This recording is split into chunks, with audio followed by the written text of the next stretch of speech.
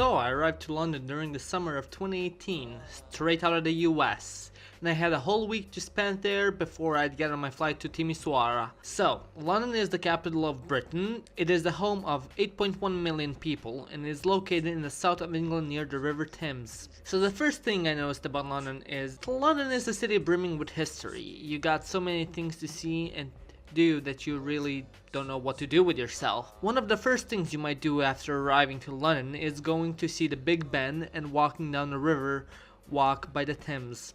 However, when I was there, the big overrated clock was being renovated, so I basically got to see some sort of Minecraft tower instead.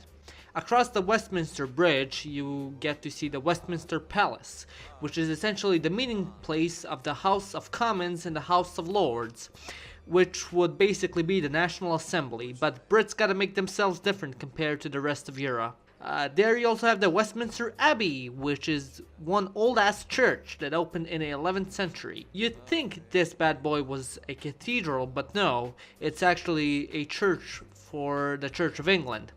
Again, the Brits being different. Near, you got St. James Park, which is the best park in existence. I'm willing to fight anyone on this. It's filled with different species of birds that hang out around in the ponds, and you can feed them and watch them swim, and the whole park is colorful and has a great atmosphere, 10 out of 10 best park. And then you have the Buckingham Palace, which is the definition of a tourist trap. I don't fucking know why so many people come to see this place. It's basically where the royal family lives. It has some nice flowers and a golden statue, but I didn't get the appeal. Then again, I came here, so what do I know?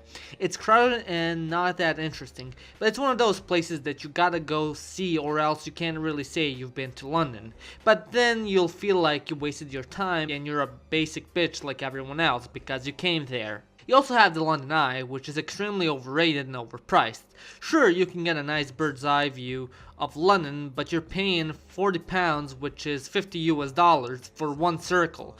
Basically a tourist trap, and I hate myself for going there and spending that money. Moving away from there, we got Piccadilly Circus, which is not a circus at all, rather a town square, where all the fancy ass modern buildings are. You got shops, you got malls, you got restaurants, and they're all pretty expensive if you're someone from Eastern Europe or anywhere else that's not North America or Western Europe.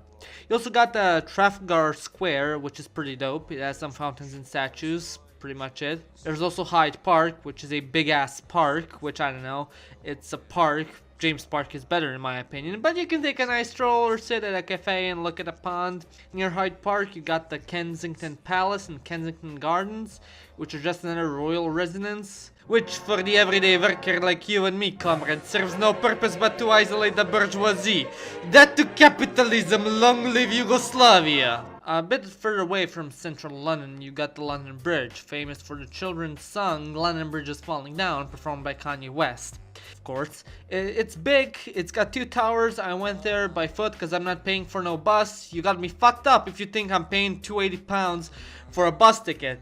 That's around $350. The great thing about London's bus transportation, you can freeload it because they have the digital scanners and only seldom do you get people actually checking if you have an Oyster card.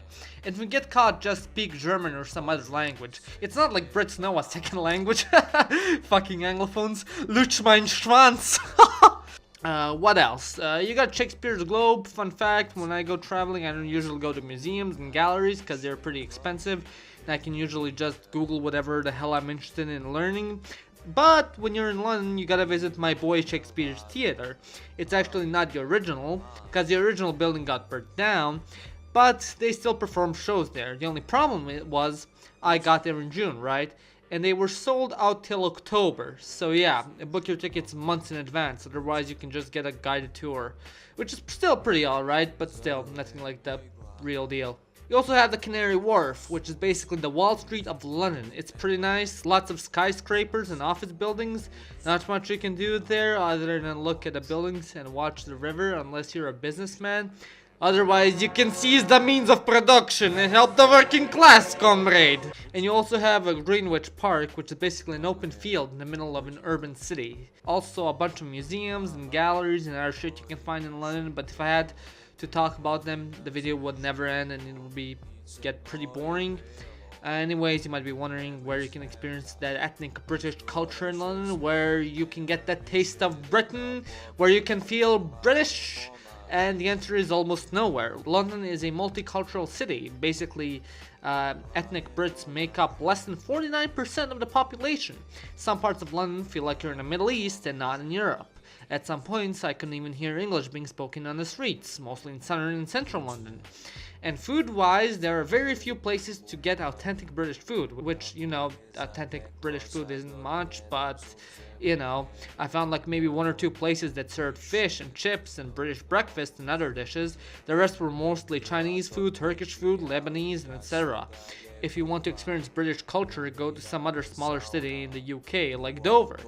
Now this place is the shit, but that's a video for another time. That's